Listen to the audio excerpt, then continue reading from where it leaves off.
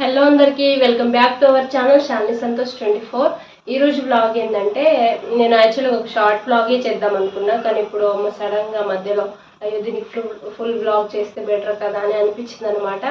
ఈరోజు స్పెషల్ వచ్చేసి ఏంటో చెప్పాలనుకుంటున్నా, మటన్ కర్రీ చేస్తున్నా అనమాట. అమ్మ పంపించిందనమాట ఊరు నుంచి, అన్నయ్య వచ్చిందని చెప్పాను కదా, సో అన్నయ్యతోని మటన్ పంపించిందనమాట. సో మటన్ కర్రీ ఆల్రెడీ సగం ప్రాసెస్ అయిపోయింది.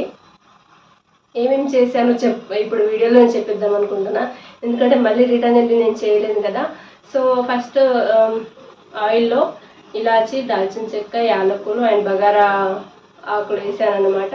వేసిన తర్వాత ఆనియన్ అండ్ మిర్చి వేసిన, అవి గోల్డెన్ కలర్ వచ్చిన తర్వాత కొంచెం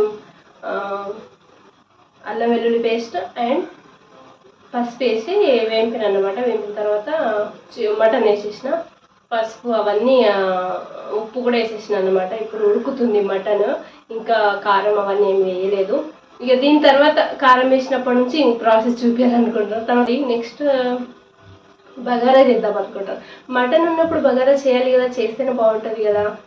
బగారా లేకుంటే నార్మల్ రైస్ తింటే మటన్ ఏం బాగుండదు. చాలా డేస్ తర్వాత బగారా రైస్ చేస్తున్నా, ఎట్లుంటుందో చూద్దాం. పైగా నా ప్రాసెస్, నేను బగారా ఎట్లా చేస్తానో కూడా మీకు చూపించాలనుకుంటున్నా, ప్రాసెస్ అంతా చెప్పాలనుకుంటున్నా. సో చూద్దాం. మటన్ అయితే ఉడుకుతుంది. ఇప్పుడు ఇందులో కారం, మసాలాలు అన్నీ వేసుకుందాం. చాలా వరకు ఉడికిందన్నమాట. ఆల్రెడీ అమ్మ ఏం చేసిందంటే, సగం పాడవకుండా చాలా జర్నీ పట్టుద్ది కదా అక్కడ నుంచి రావాలంటే. సో అది పాడవకుండా ఉండాలంటే కొంచెం ఉప్పు, పసుపు ఇవన్నీ వేసి కొంచెం ఉడకబెట్టాలన్నమాట. ఉడకబెడితే ఎక్కువసేపు ఉంటుంది, పాడవదంత ఈజీగా. సో కారం వేసుకోవాలి. యాక్చువల్గా నేను కారం ఎక్కువ తింటాను, నేను ఎక్కువ తింటా. మా వారు కూడా నేను వచ్చినప్పటి నుంచి తనకు కూడా అలవాటు అయిపోయింది అనమాట. దీని తర్వాత మసాలా వేసుకోవాలి. ఇది ఇంట్లో ప్రిపేర్ చేసిన మసాలా అన్నమాట. మస్తు ఘాటు ఉంటుందమ్మో. బయట నుంచి తీసుకురాను, బయట మసాలా అంత ఇష్టం ఉండదన్నమాట. తక్కువ వేస్తేనే బెటర్. చాలా కొంచెం వేస్తేనే ఎక్కువ అయిపోతుంది అన్నమాట. ఇప్పుడు ధనియాల పౌడర్ కూడా వేస్తున్నా.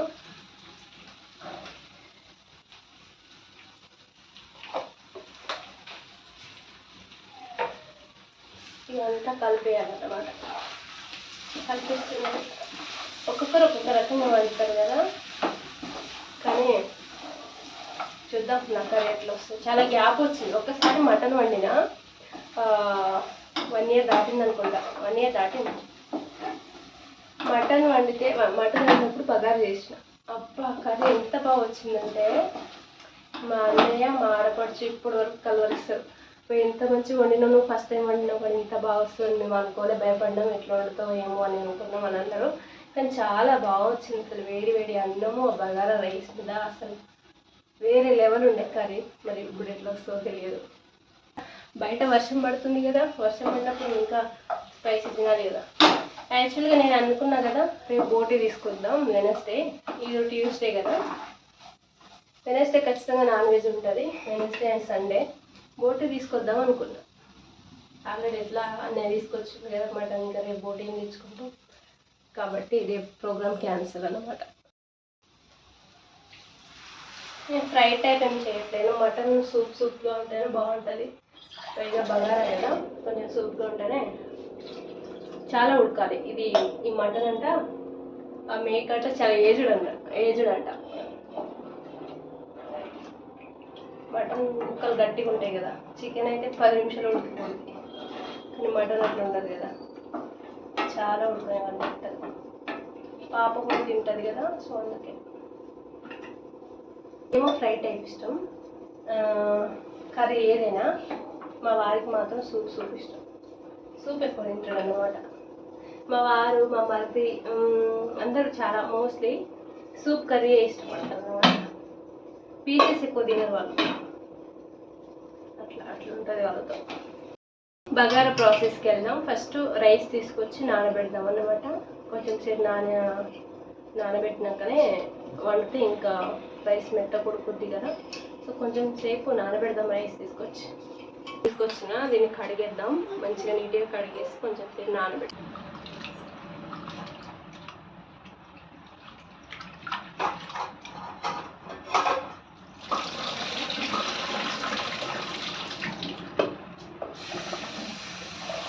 రైస్ ఎక్కువ అయిపోద్దేమో అనిపిస్తుంది,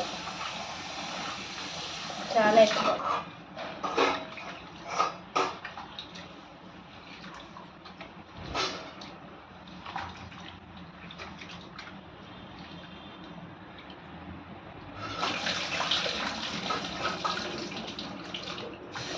ఇది కడిగాను కొంచెం సేపు, ఒక 10 minutes. ఎక్కువసేపే పెట్టేయచ్చు, ఎంత ఎక్కువసేపు పెడితే అంత మంచిది, కానీ ఇంకా టైం లేదు కదా, సో కొంచెం సేపు పెట్టుకుందాం. కర్రీ ఏమవుతుందో చూద్దాం. ఒక ఆనియన్ అండ్ 3 మిర్చి అయితే కట్ చేసుకుంటున్నా బగారా కోసం. బగారా ఆనియన్ అండ్ మిర్చి ఉండాలి కదా.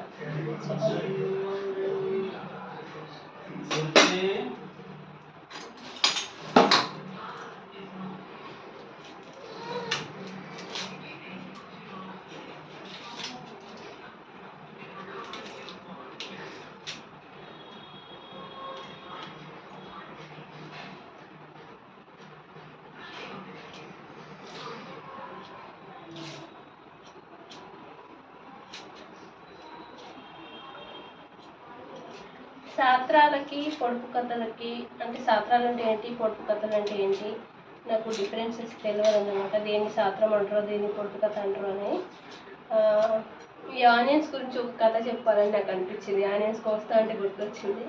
సో దేన్ని ఏమంటారో మీరు ఒకసారి నాకు కామెంట్ చేయండి, అప్పుడు చెప్తాను మీకు. ఈ ఆనియన్ది ఒకటి చెప్తున్నా, ఆనియన్ పైన బ్లాక్ ఉంటుంది కదా, అది ఖచ్చితంగా తీసేయాలన్నమాట. అది చాలా డేంజర్ అన్నమాట, చాలా అంటే చాలా డేంజర్. అది ఖచ్చితంగా కట్ చేయాలి. పైగా ఇది మధ్యలో ఎల్లో ఉంటుంది కదా, ఎల్లో కలర్, ఆ ఎల్లో కలర్ని కూడా ఖచ్చితంగా తీసేయాలి.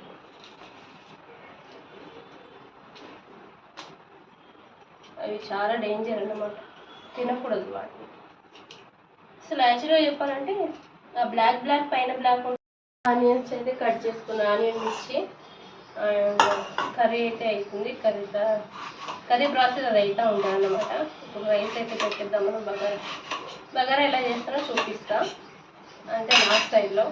మీ స్టైల్లో మీరు ఎట్లా చేస్తారో, అలా కాదు ఇలా చేస్తే ఇంకా బాగుంటుంది అనేసి ఉంటుంది కదా, అది నాకు కామెంట్ చేయండి మీరు. అలా కూడా ట్రై చేస్తాం ఒకసారి, మీకు తెలిస్తే. ఓకేనా? ఎందుకో నా వీడియో అట్లా బ్రల్ అవుతుంది, ఎందుకు అర్థం కాదు. బగారాకి కావాల్సింది మెయిన్ సాజీరా అన్నమాట. సాజీరా చాలా ఇంపార్టెంట్, అది ఉంటేనే ఫ్లేవర్ బాగుంటుంది. ప్రజెంట్ నా దగ్గర సాజీరా లేదు, సో దాని ప్లేస్లో జీలకర్ర వేసుకుంటే ఎట్లా ఉంటుందో అని ఆలోచిస్తున్నా. చూద్దాం, ఆ ఫ్లేవర్ కూడా ట్రై చేద్దామనేసి అనుకుంటున్నా. కానీ మీ దగ్గర సాజీరా ఉంటే సాజీరానే వేసుకోండి, జీలకర్ర వేసుకోకండి. ఓకేనా? నేను కొంచెం ఘీను ఆయిల్ యూజ్ చేస్తున్నా, ఎందుకంటే పాప కూడా తింటుంది కదా. ఫస్ట్ ఘీ వేసిన తర్వాత, ఘీ మీన్స్ నెయ్యి వేసిన తర్వాత కొంచెం ఆయిల్ వేసుకుంటున్నా.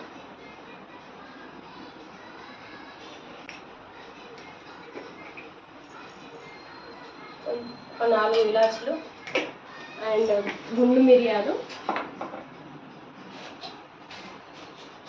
ఒక 4-5 గుండు మిరియాలు అన్నమాట. ఇంకా బగారా ఆకులు,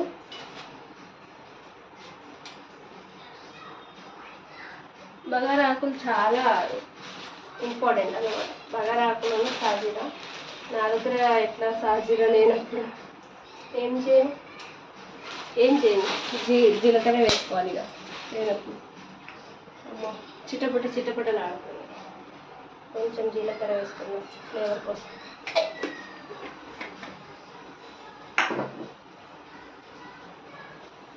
ఇలాచీలు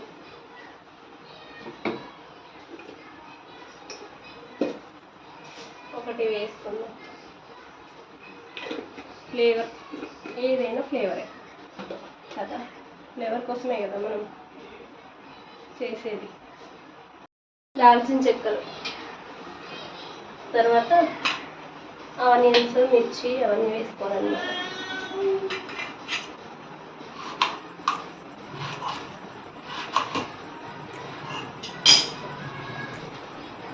ఆనియన్, మిర్చి.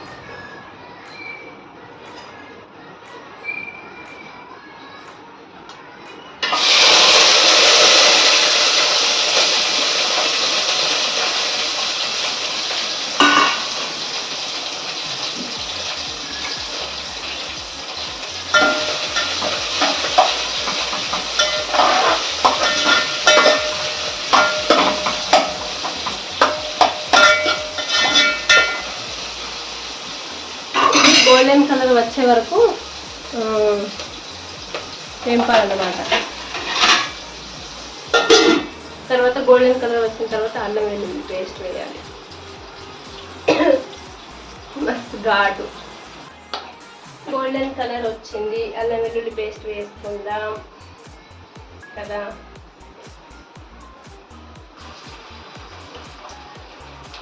కరెక్ట్ టైంకి లాస్ట్కి అల్లం వెల్లుల్లి పేస్ట్ కూడా అయిపోయింది. పట్టాలి.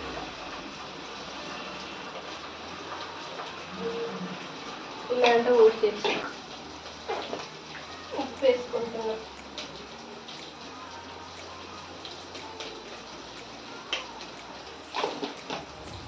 ఉప్పు ఎక్కువ తినేస్తున్నాయి ఈ మధ్యలో. నేనైతే ఉప్పును ఒక కర్రీ కలుపుకొని ఎలా తింటారో అలా తింటున్నాను. ఉప్పు అంత ఇష్టం అన్నమాట. ఉప్పు లేకుంటే తినవద్దు కదా. ఇక్కడ రైస్ తీసుకుంటున్నా. ఆల్రెడీ నేను సాల్ట్, అల్లం వెల్లుల్లి పేస్ట్, మిక్సీలో అవన్నీ వేసేసిన కదా.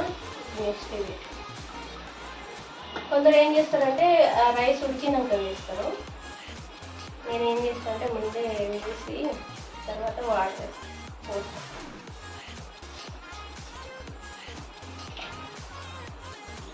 ఎందుకు అన్నం అయిపోయి ఒక టైం ఒక అందాజ ఒక పాడు ఏముండదు నాకు అందే సరిగా.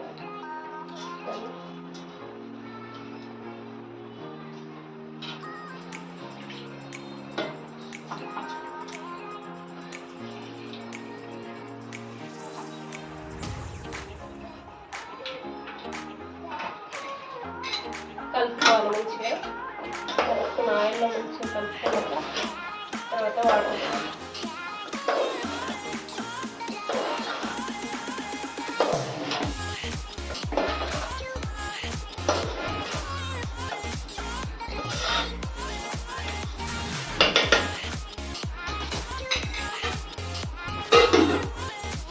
ఒక 5 minutes తర్వాత వాటర్ పోవాలి.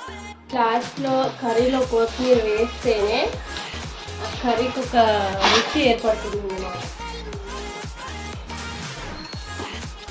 కదా. కొత్తిమీర చాలా ఇంపార్టెంట్ నాన్ వెజ్కి. ఫస్ట్ వెజ్కి లేకున్నా పర్లేదు కానీ నాన్ వెజ్కి మాత్రం కంపల్సరీ కొత్తిమీర ఉండాల్సిందే. కర్రీ ప్రాసెస్ అయితే అయిపోయినట్టే. రైస్ వాటర్ పోద్దాం. రైస్లో సరిపడా నీళ్ళు అయితే పోసుకున్న తర్వాత ఇక దాన్ని రైస్ అందులోనే ఉడుకుకోవాలి కదా. కర్రీ కూడా కంప్లీటెడ్. రైస్ అవ్వాలి. ఇక రైస్ అయిపోతే కర్రీ కలర్ అయితే అయిపోయింది. లాస్ట్కి ఫుడ్ కలర్ యాడ్ చేద్దాం. నాకు అసలు యాక్చువల్గా చెప్పాలంటే ఫుడ్ కలర్ తినద్దు. ఇక కలర్ వేస్తేనే కదా మనకు బగారా అనిపించేది. కానీ మనం రోజు తింటున్నామా, ఎప్పుడో ఒకసారి కదా. అబ్బబ్బో అట్లానే బతుకుకోవాలి మనం. ఏం చేస్తాం, మనకి మనమే కవర్ చేసుకుంటున్నాం కదా.